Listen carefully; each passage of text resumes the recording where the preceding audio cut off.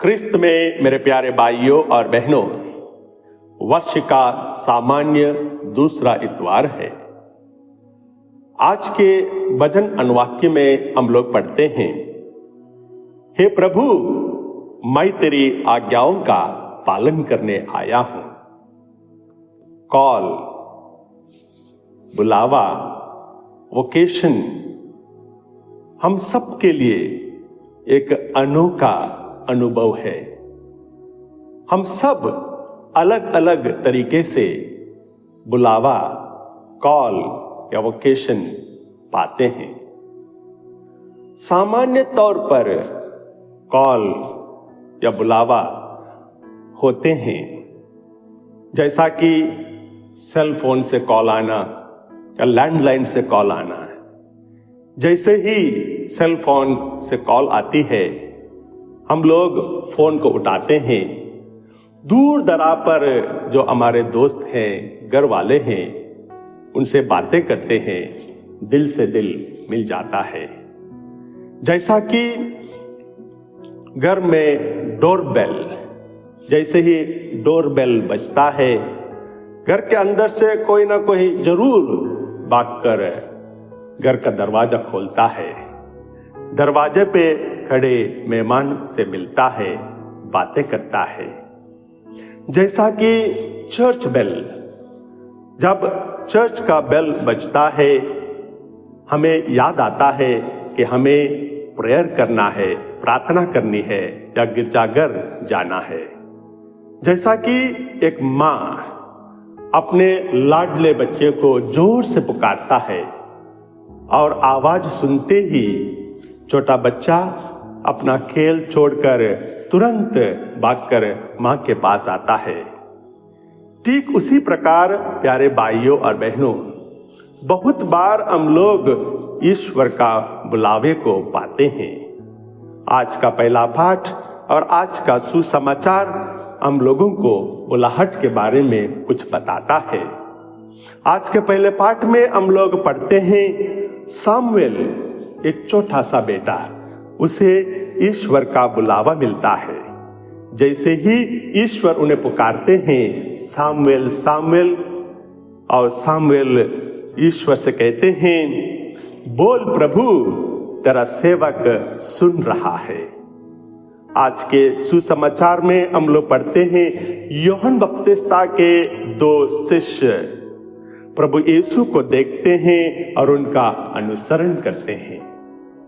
प्यारे भाइयों और बहनों, बहुत बार जब हम लोग प्रार्थना करते हैं, जब हम लोग दुख संकट में रहते हैं, शायद यह बात दिमाग में आती होगी, क्या प्रभु हमसे बातें करते हैं? क्या प्रभु की आवाज हम सुन पाते हैं? How does God talk to me? जब भी हम लोगों के पास कोई कठिन निर्णय लेना पड़ता है, कोई महत्वपूर्ण निर्णय लेना पड़ता है, क्या प्रभु हमारी मदद करता है? क्या प्रभु हमसे कुछ बातें करता है? एक बात तो हमें माननी पड़ेगी। ये सच है कि जब भी हम लोग, हो सकता है कोई एक्सीडेंट हुआ हो, या जब भी कोई हमारे करीबी दोस्त, हमारे घर वाले हमें धोखा देते हो, जब भी हम लोग कभी बहुत घोर बीमारी से पड़े हो और एकांत में कमरे में बैठकर प्रभु का ध्यान करते हो, तब प्यारे भाई और बहनों, चाहे पूरी दुनिया हमें छोड़कर चली जाए, चाहे हमें ऐसा लगे कि हमारी बीमारी हमें यहां से ले जाएगी, चाहे ऐसा लगे कि एक्सीडेंट के कारण हमारा पूरा शरीर घायल हुआ है, बच नहीं पाएंगे, चाहे ऐसा लगे कि जो दोस्त ने हमें धोखा दिया है, हम रो पड़े हैं, तब भी जब हम एकांत में बंद कमरे में ईश्वर का ध्यान करते हैं, तब जरूर हमें वही अनुभव महसूस होगा जो सामुएल को मिला था कि प्रभु हमें भी पुकारेंगे, हमसे भी बातें करेंगे। यह अनोखा अनुभव हम सबको जरूर मिलता है।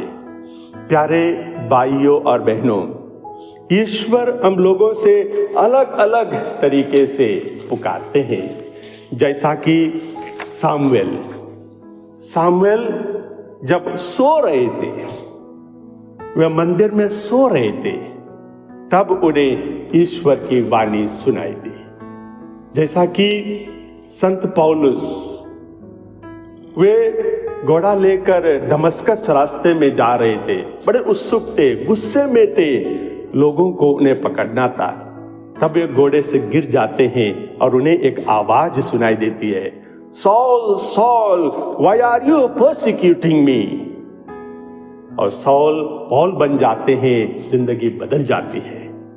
जैसा कि आसीसी के संत फ्रांसिस, वे युद्ध में अपना पैर तोड़कर बैठे हुए थे और पलंग पे लेटे हुए थे। शायद वे उदास थे और पलंग पे लेटे लेटे बाइबल को पढ़ रहे थे। तब उन्हें ईश्वर की वाणी सुनाई दी, if you gain the whole world what does it profit to you if you lose your own soul. प्यारे भाइयों और बहनों, माता मरियम को भी ईश्वर की वाणी मिली थी। जब गैब्रियल दूत माता मरियम के पास आकर कहते हैं कि आप गर्भवती होंगी, आप एक पुत्र प्रसव करेंगी और उसका नाम यीशु रखेंगी। हम सब जानते हैं प्रभु यीशु को भी ईश्वर की वाणी सुनाई दी थी।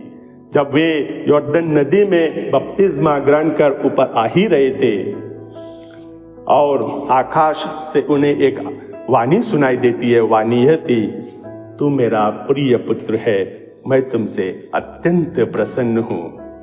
प्यारे भाइयों और बहनों, इन सारे घटनाओं से हम लोगों को एक बात तो स्पष्ट होती है, महत्वपूर्ण बात यह है कि जब भी ईश्वर पुकारते हैं, हमें उस पुकार के लिए रेस्पॉन्ड करना है, उस पुकार को हमें सुनना है। तब हमारी जिंदगी बदल जाती है, ईश्वर के रास्ते में हम लोग आगे बढ़ते हैं। प्यारे भाइयों और बहनों, आज के सुसमाचार में हम लोग पढ़ते हैं, यीशु सिमोन पेतरुस से मिलते हैं, उन्हें देखते हैं और कहते हैं, तुम योहन के पुत्र सिमोन हो, तुम पेतरुस कहलाओगे, अर्थात पत्थर। प्यारे भाइयों और बहनों, यीशु का पेतरुस की ओर देखना एक चॉइस था। यीशु का पेतरुस की ओर देखना एक चॉइस था। यीशु के पास पेतरुस के लिए एक प्लान था। पेतरुस को ईश्वर प्रभु यीशु कलीसिया के मुखिया बनाना चाहते हैं, इसलिए उनकी ओर देखते हुए कहते हैं, तुम पेतरुस हो, तुम पत्थर हो, इस कलीसिया के, इस चट्टान के ऊपर मैं अपनी कलीसिया बनाऊंगा। जैसे ही प्रभु यीशु ने पेतरुस को देखा होगा, पेतरुस को बड़ा अच्छा लगा होगा, गर्व महसूस किया होगा, क्योंकि यीशु ने उन्हें देखा था। हम लोगों को भी जब प्रभु यीशु क्रिस्त प्यार से देखते होंगे, जरूर अच्छा लगता ही है। याद कीजिए प्यारे भाइयों और बहनों, और एक बार प्रभु यीशु ने पेतरुस को मुड़कर देखा था। वो सीन कुछ अलग थी। प्रभु यीशु क्रिस्त को बांधकर ले जा रहे थे और पेतरुस ने 3 बार प्रभु यीशु को नकारा था, डिनाई किया था। जैसे ही पेतरुस ने 3 बार प्रभु को नकारा था, प्रभु मुड़कर पेतरुस को देखते हैं। वो देखना कुछ अलग ही था। और वैसे ही जब यीशु मुड़कर पेतरुस को देखते हैं, पेतरुस रो पड़ते हैं। इसका एक कारण भी हो सकता है। संत लूकस का सुसमाचार अध्याय 22 पद संख्या 54 में कहा गया है, पेतरुस कुछ दूरी पर उनका पीछा कर रहा था। वो दूरी कुछ ज्यादा ही थी, इसलिए शायद पेतरुस प्रभु को नकारते हैं। जब हम लोग प्रभु का अनुसरण नजदीक से नहीं करते हैं, दूरी से करते हैं, डिस्टेंट रहता है, तब शायद हम लोग भी पेतरुस के समान पाप में गिर पड़ते हैं। शायद हम लोग भी पेतरुस से समान गलतियां करते रहते हैं, प्रार्थना नहीं करते हैं, प्रभु यीशु को भूल जाते हैं। प्यारे भाइयों और बहनों, आज के पहले पाठ से, आज के सुसमाचार से हम लोगों को यह संदेश मिलता है कि हम में से हर एक को ईश्वर बुलाता है। ईश्वर बुलाता है और ईश्वर जानता है कि हम सब अनमोल हैं और हर एक को एक मकसद के साथ ईश्वर बुलाता है। ये हम लोगों का कर्तव्य है कि हम लोगों को ईश्वर के करीब होकर डिस्टेंस ना रखते हुए क्लोजली प्रभु को फॉलो करना है और प्रभु का अनुसरण करते हुए उनका एक अच्छा शिष्य बनना है, उनका एक अच्छा फॉलोअर बनना है। इसके लिए प्रभु यीशु से कृपा तथा आशीष मांगे। आमीन।